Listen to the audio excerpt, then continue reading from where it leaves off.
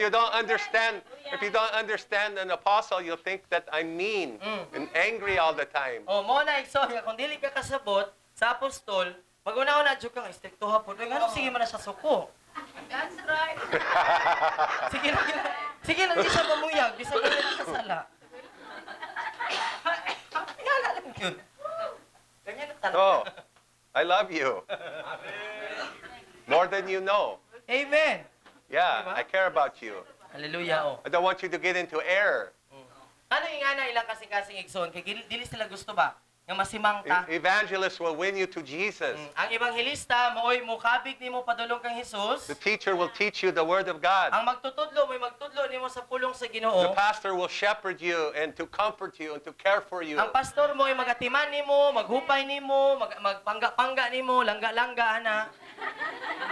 And the prophet will give direction directly from Holy Spirit for the church. Nga ang propeta maghatag og direksyon kung unsa ang dalan nga gusto ipadaagi sa Ginoo para sa iglesia.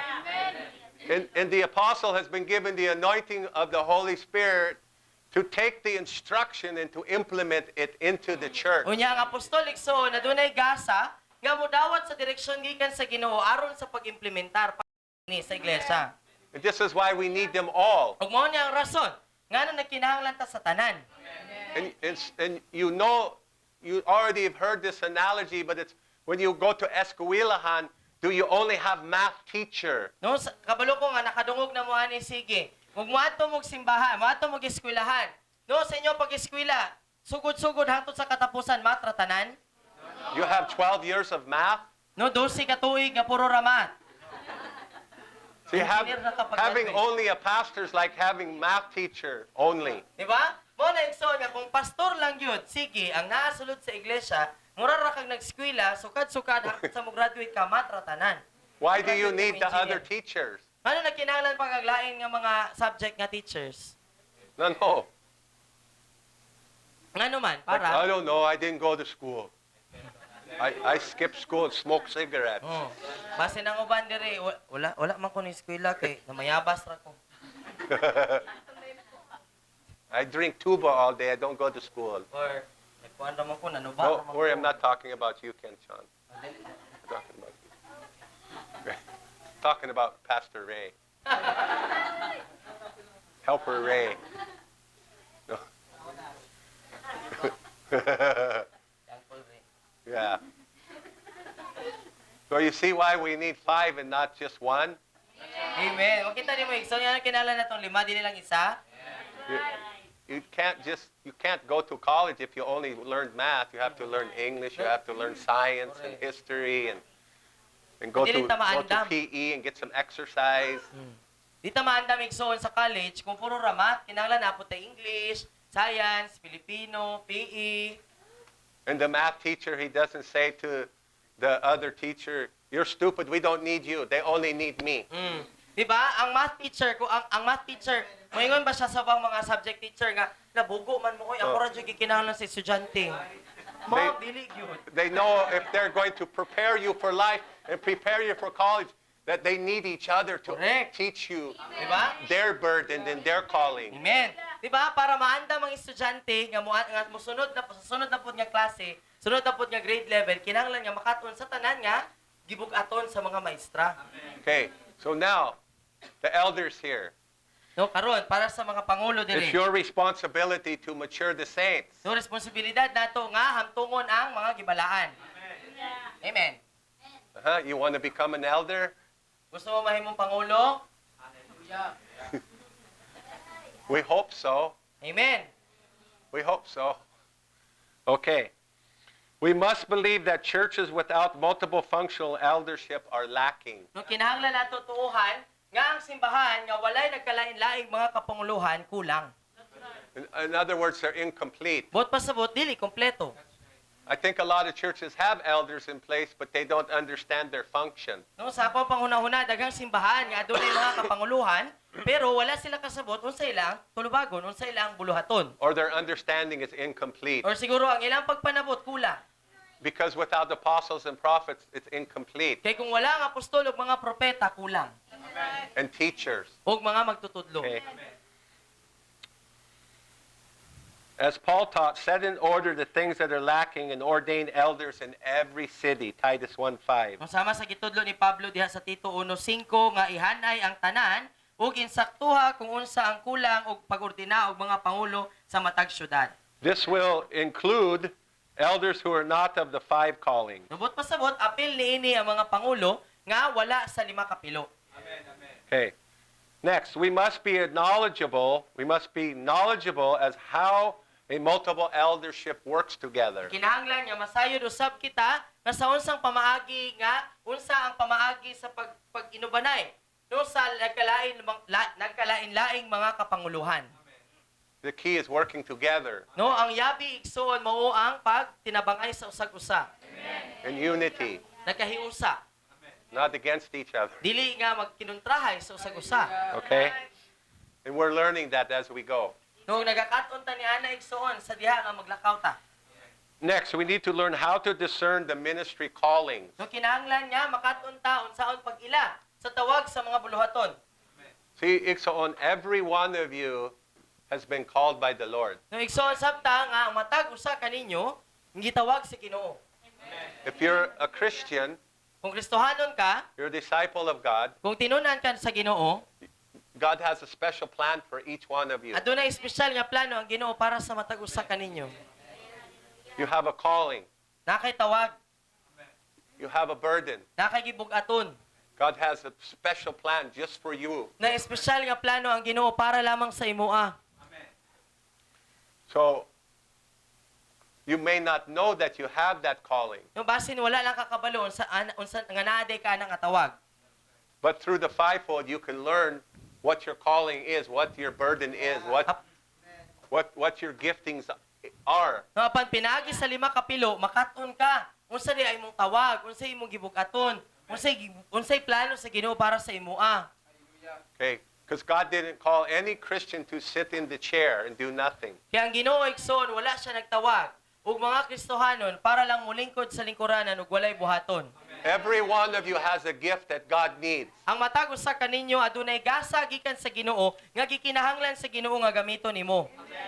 But are you willing to let God help you discover what it is? Apan magmasinugtanon ba ka nga tugutan ang Ginoo nga mailhan nimo kung unsa kana nga tawag. See, God doesn't need only pastors. Igsoon ang Ginoo wala lang siya nagkinahanglan og mga pastor. He needs you Ikinahanglan pug kaniya to do what He's called you to do. para mubuhat sa kung unsay tawag sa Ginoo nga ipabuhat sa imoa. And one gift is not more important than the other gift. Igsoon ang usa ka gasa dili siya mas importante kaysa sa usa. You don't have to be a pastor or apostle or a prophet or a teacher.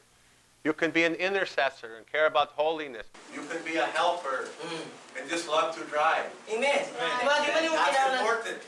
Where would you be without the driver? Tinuod, pwede man mo kinahanglan igsoon nga ingani dapat akong tawag or kana dapat akong tawag. Kung pwede ka mahimong usa ka tigpataliwala nga kasing-kasing para sa pagkabalaan or usa ka kanang pareha ni Kuya Ray nga dunay gasa sa pagtabang. Gusto niya nga maghatod sundo kay asa tarong kung wala si Kuya Ray. And just because he's an intercessor and he's a seer doesn't mean he doesn't care about souls. Noon niya dili pud pa sa butikson nga agi kay ang iyang gibugaton mao ang pagpataliwala sa pagampo ug aduna siya mga makita sa espirituhalong dapit dili pud pasabot nga wala na siya kasing-kasing para sa mga kalat. What if we didn't have camera? We didn't have a media team. Noon sa gaigso na mahitabo kung wala tay media team. We can get by without media team, but we want to get the word of God out to the whole world. Kung ano natay media team igsoon tungod kay gusto nato nga ato ang ginawali diri. Gusto nato nga makaapekto pud sa tibuok kalibutan. So we want you all to visit our Facebook page and tell all your friends visit our Facebook page. Amen. No mo nang gusto nga gina-invite kay igsoon nga bisita ang ato ang Facebook page, unya i-share. No, i-mantala sa tanan ba nga uy, lantawan ninyo ni. But Lika has this burden for media. Kung silika na siya ingani nga gibugaton para sa media. She's learning to understand and grow into it. No, nagakaton siya sa pagsabot o sa pagtubo niini. And there's other people on the team to help her. Nya dunay ubang mga tawo nga iyang kauban para nga mutabang sa iya. And that's just as important as what I'm doing right now and what he's doing right now. Correct. No, unsa ang ilang ginabuhat, importante gihapon kay pareha pod sa unsa ka importante sa amo ang ginabuhat diri sa tubangan karon. Being a driver is just as important as being a prophet. No, ang pagka-driver igsuon, importante gihapon sama sa ka-importante sa usa ka propeta. Kasabot? Nasabtan nato? So, one is not more special or more anointed or better than anybody else. Bot pasabot, dili ta makaingon nga ay mas maayo ni kuan, mas maayo ni iyang tawag, mas maayo si kuan. But we need each one of you to operate in your gift and call. Apan, nagkinahanglan ang matag usa nga mogamit ta ug mubuhat ta sa kung unsay tawag sa Ginoo sa atoa. In order to build the church. Aron nga matukod nato ang iglesia. Amen? Amen? Man, let's go. Tala. Let's go. Okay? So, who here you like to cook? Isa diri gusto nga muluto. Huh? You like to cook? Mama Jorge. Okay? Because it's really good partnership because I like to eat. Present. Okay. Oh, cooking led by the Holy Spirit. Yeah, that's right. I agree with that. I learned to eat by the Holy Spirit. Amen. Okay. Yeah. So somebody has to do the dishes. Who loves to do dishes here? Isa ganahan diri nga manghugas og plato. Yeah, yeah, yeah. Woohoo! No, that's great. That's great. Hallelujah. Oh, ganahan mo manghugas og plato. May gana. I'm not your guy. I don't want to do dishes, but I still do them because I love my asawa. Amen. Okay, but I'm not anointed to do dishes. Is there such a thing as that? I'm anointed to eat. What are you looking at me like that for? That's a joke. That's a joke in case you don't know. That's just a joke. It's necessary. Okay. Yeah. Okay, we all understand that? Nasabtan ninyo? We need you. Jesus Christ needs you. No gikinahanglan ka igsoon, gikinahanglan ka namo, gikinahanglan ka ni Jesus. You're not an accident. You weren't born accident. Hallelujah. No igsoon, dili ka aksidente, wala ka gipanganak nga aksidente. No. Maybe mom and dad thought you were an accident, but God didn't think you were an accident. No siguro igsoon sa imong mga magpapa sa lagma lang nga namugna ka, pero para sa Ginoo dili ka sa lagma. No, you were born for such a time as this. Hallelujah. Igsoon, gibuhat ka, gipanganak ka sa Ginoo para niining kapanahunan. For a specific reason and a specific purpose. Tungod kay nagayoy tumong ang Ginoo igsoon, ay rason nganong nabuhi ka. Amen? Okay. Next. Sunod. We must gain knowledge of and exercise servanthood in church finances. Amen. No kinahanglan nga makaton kita, aduna kitay kahibalo ug mubuhat kita og pag-alagad sa pinansyal sa iglesia. Especially you. What does that mean? Unsay buot pasabot? How obedient are you in tithes? No, In paying your tithes? Kumusta ta sa atong pagkamasinugtanon sa atong paghatag sa ato'y kanapulo? Oh. Oh, it's got awfully quiet. When you get 100 pesos, it's an act of worship to give God 10 pesos. Ngayon ko nakay gatos, no? Ang 10 pesos usa ka pagdaig sa Ginoo nga ibalik sa iya. Amen. Amen. Yeah, amen. It's an act of Amen. worship. Oh, tungod kay pagdaig siya. Pagsimba. Oh, I can't afford it. No, You can't afford not to obey God in tithes and offerings, Igsoon. No, igsoon dili mahimo igsoon nga magmasinupakon ta sa ato ang paghatag diha sa Ginoo. Sa ato pagbalik sa ikanapulo ug halan. God wants to bless you No, kay ano, ang Ginoo gusto niya nga panalanginan ka. to the max. No nga sobra-sobra.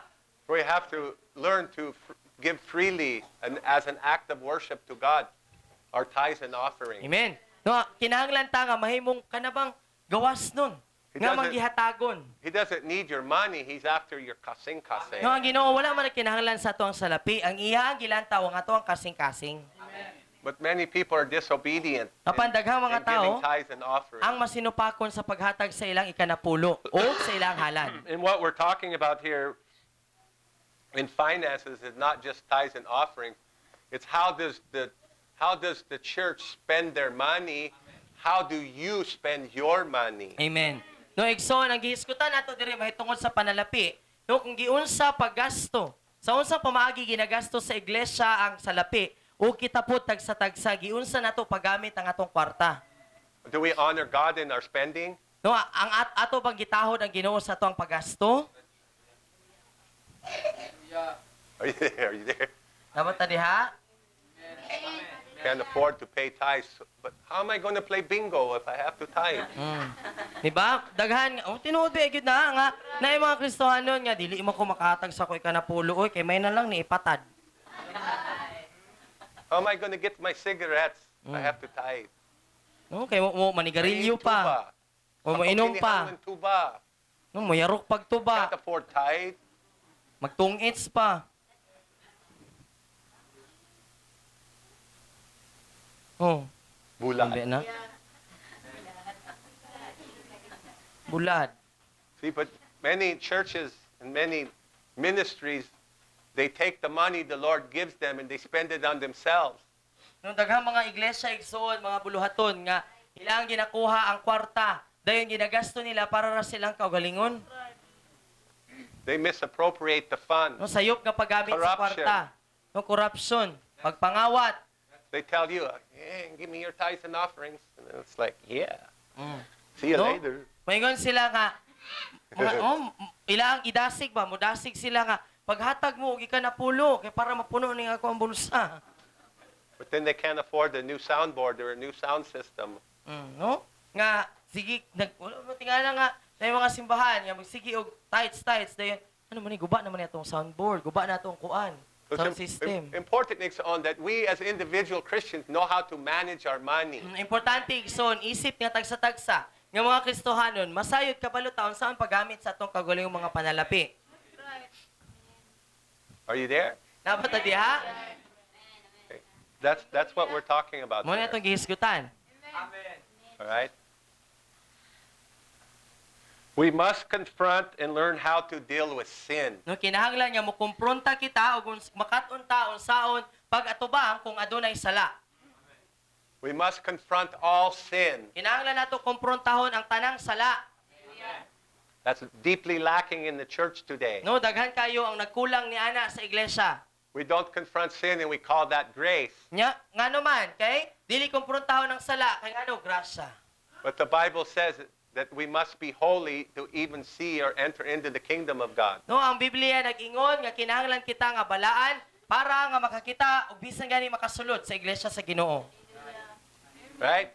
Diba? Okay?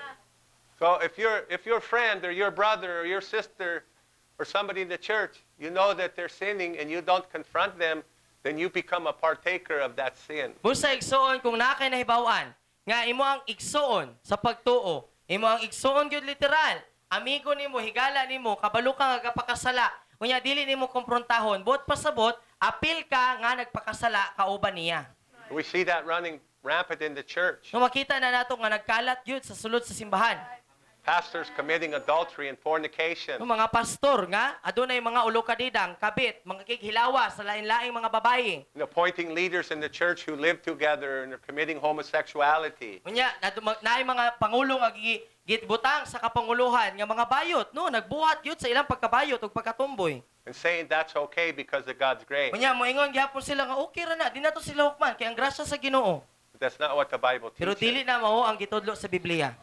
So if you love your brother or sister, you will lovingly confront them.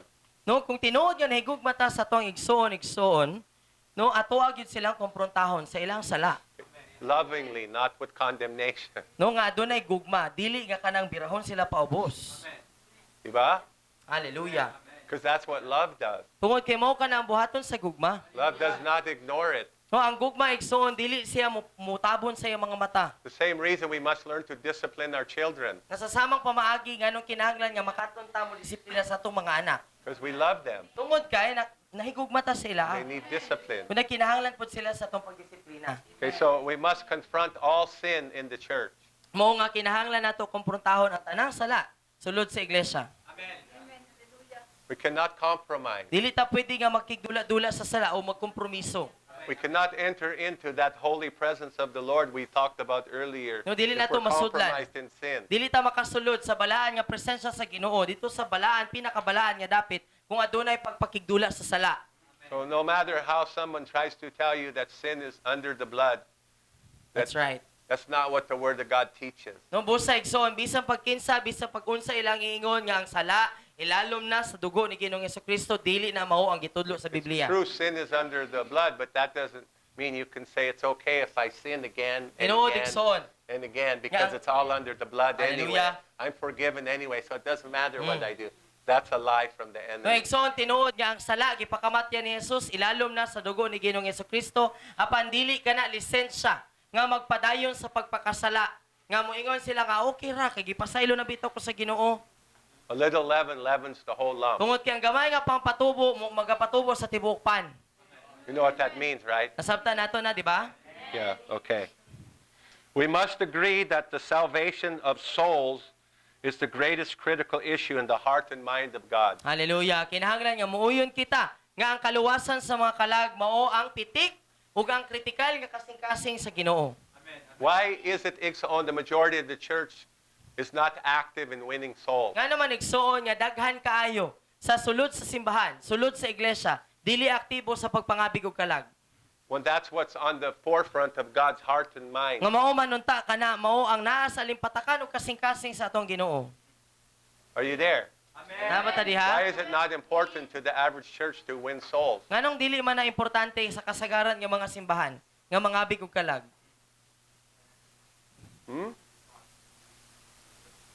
That has to change.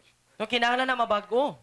It's God's will that none should perish. Tungod kay kabubuton sa Ginoo nga walay malaglag. Bible says, how are they going to know if we don't have a preacher to go tell them? Ang Biblia nagingon unsaon nila pagkabalo kung walay magwawali nga mulakaw ug moadto sila. Are we afraid? Are we so afraid of men that we are afraid to open our baba and tell somebody about Jesus? Ingana nagyud ta katalawan igsoon nga mahadlok ta mulakaw ug moadto og tawo nga moabli sa tumbaba mahitungod kung unsa si Jesucristo? Do we fear men more than we fear God? Mas mahadlok ba ta sa tawo kaysa sa Ginoo? How come you're so quiet? Nganong hiluman ta? Huh? We have to learn Kinahanglan makaton ta. how to witness. Unsaon pagkabig, unsaon pagsaksi. Some people say, well, I'm not an evangelist. I'm not the pastor. It's not my responsibility. Daghang Oh, mga yes, tao- it is. Daghang mga tao moingon nga, ay dili na ako responsibilidad, dili na ako gibug-aton. Nga mga big ug kalag, oy tinuod igsoon, gibug-aton ang atong tanan. Your neighbor is your responsibility. Ang responsibilidad nato ang ato ang silingan. That's the truth. Ngunit tinuod, Okay, so we can learn. aron nga makaton ta. Wala hadlok. No, dili ta nga matalaw. Diba? We can learn. Amen. That's why you're here in the internship. Amen. Okay? So everyone here who was bold, when they first came here, most of them were not bold at all. They were hadlok kaayo. Kadaghanan sa mga isog nga imo makita nga naa dire, sa sinugdanan dili gyud ingana ka isuga, miming pagyud pagsugod. Right, Albert? Oh Oh. my God, you were so... Miming. Oh. Now look at you. You're a Miming big ra boy gyapon. now. You're a big boy now. Yeah. Praise the Lord. If this is God's priority, it must become our priority. Amen. No, kung prioridad ini sa Ginoo igsoon, dapat prioridad pud nato. So on, what's the purpose of the church if it's not to win souls? Di ba unsa di ang gamit sa simbahan kung dili ta mga big ug kalag? Oh, I know how I'll get people to come to church. No, unsaon man. Kung kasagaran nga buhaton sa mga tawo or sa mga simbahan para managhan ang sulod sa ilang simbahan, I'll have a feeding program. feeding, magpakaon, That will attract them. imo na kuan, pampadani. The problem with feeding program, if that's how you get your people to come to church, the only way they'll stay if you keep feeding them. Ang problema igsoon sa pagpakaon kay kung ingana nga pamaagi lang nga magbalik-balik ang mga tawo sulod sa imong simbahan para magpabilin sila kinahanglan nga nakasige pakaon bahalag sabon na lang na. You'll have a church full of immature brats instead of mature saints of God. Ang problema po dayon na naigsoon, ang simbahan puno og mga immature, no, dili hamtong nga mga bata. Imbis nga So we motubo. must mature the saints. Ang kinahanglan nga hamtungon nato ang mga gibalaan sa God Ginoo. cares about souls. Tungod kay ang kasing-kasing sa Ginoo kalag. You don't have to be an evangelist to open your baba and let somebody know that Jesus loves them. No dili man nato kinahanglan nga mahimong usa ka ebanghelista para moabli sa tong baba ug magpahibalo sa tawo nga nahigugma ang Ginoo sa ilaa. Okay, next. Correct doctrinal beliefs are mandatory in the maturing of the saints. Ang insakto nga pagtuo sa mga doktrina gikinahanglan alang sa pagbansay ug pagpahamtong sa mga gibalaan. Correct doctrine. Ang insakto nga doktrina. Okay. So, where do you get correct doctrine? Asa man nimo makuha ang insakto nga doktrina? Okay. So you have to know this in order to know correct Kung ang doctrine. kinahanglan nga kabalutahon sa sulod sa Biblia para makabalutahon sa insakto nga doktrina. No fivefold gift cares more and understands correct doctrine more than the apostle. No, ug walay lain igsoon nga tawag sa lima ka pilo nga nakasabot kung unsa ka bugat ang insakto na doktrina kaysa sa In the apostol. Bible, it was the apostles who set the doctrine. Kaya nga naman igsoon, sa Biblia, ang mga apostol maoy nagbutang sa insakto nga doktrina. Okay. Now, what did Paul say? The great apostle. What did he say in Galatians? Noon sa gigon ni Apostol Pablo igsoon diha sa Galacia. He said, if anyone preaches something other than what I preach, let them be accursed. Noon nagingon si Pablo diha sa Galacia nga kung si bisan kinsa nga magtudlo og lain pang doktrina gawas sa kung unsa akong gitudlo, tinunglo siya. You believe that? That's in the Bible. Motuo ka igsoon nga naa sa Biblia? And Paul said, I did not learn the doctrine from men. I did not learn it in Bible college. I learned it by direct revelation. No si Pablo nagingon nga dili tawo ang nagtudlo niini kanako apan direkta nga pagpadaya gikan sa Ginoo mao'y nagtudlo kaniya. So it was Paul and Peter and Timothy and James and John who wrote the epistles. No si Pablo, si Pedro, si Timoteo, si Santiago, si Juan mao'y nagsulat sa mga sulat. Where you see the doctrine of the church. Di nga makita nimo diha ang mga doktrina sa iglesia. That's what the epistles are about. No mo na ang rason nganong naay mga sulat Correct doctrine. para magpadala og insakto nga doktrina. Are you there? Nasabtan nato? Okay. So you can't get correct doctrine just from one fold. You need all five. Dili ka makakuha igsoon og tanan kumpleto nga doktrina kung isa ra ka pilo ang naa sa iglesia. Mo nagikinahanglan nato ang lima. And this is also one of the reasons why we let every one of you have opportunity to come and share and to preach. Ug mao usab kini ang rason ngano ang matag usa ginatagaan og oportunidad nga moanhi sa tubangan ug magwali. Then according to 1 Corinthians 14, we all judge that word. Noon niya sumala sa unang Korinto 14, kitang tanan muhukom ni ana nga pulong. How do we judge the word? Sa unsang pamaagi man nato hukman ka na nga pulong. By the word of God. We judge what you're preaching by the word of God. Di ba? Ato ang hukman ang kung unsa ang giwali sumala sa pulong sa Ginoo. Does it line up with the word of God? Tungod kung nahanay ba siya sa pulong sa Ginoo. Okay, and I've listened to all of you who preached, who's on video, and I haven't found you to say anything that I disagree with No, yet. gipaminaw niya ang tanan nga nagwali sa tubangan unya gibideohan igsoon ug wala pa bisan usa nga iyang nakaplagan nga sayop ang giwali. Because if I did, I would tell you. Tungod kay kung naa siya makita, musulti gid pud siya. I'm so proud of you. Amen. Amen. Praise Hallelujah. the Lord. Okay. So what we see, the reason correct doctrine is so important, because in religion and tradition, there's so much wrong doctrine. No, igsoon nganong gikinahanglan nato ang insakto nga doktrina tungod kay sa relihiyon ug tradisyon makita nimo nga daghan kaayo ang nagkalat nga sayop nga mga doktrina. There's so much misunderstanding. Daghan kaayong mga sayop nga pagpanabot That's not biblical. nga dili uyon sa Biblia. There's things that are being practiced in the church that are unbiblical. Adunay mga butang nga ginabuhat sulod sa iglesia nga dili uyon sa Biblia. And so the apostles and prophets and teachers are the ones who bring correct doctrine. Mao nga ang apostol, propeta, mga magtutudlo mo'y maghatag sa insakto nga doktrina. If we don't have correct doctrine, then we're deceived. You understand it? Igsoon kung wala tayong sakto nga doktrina na malinla ta.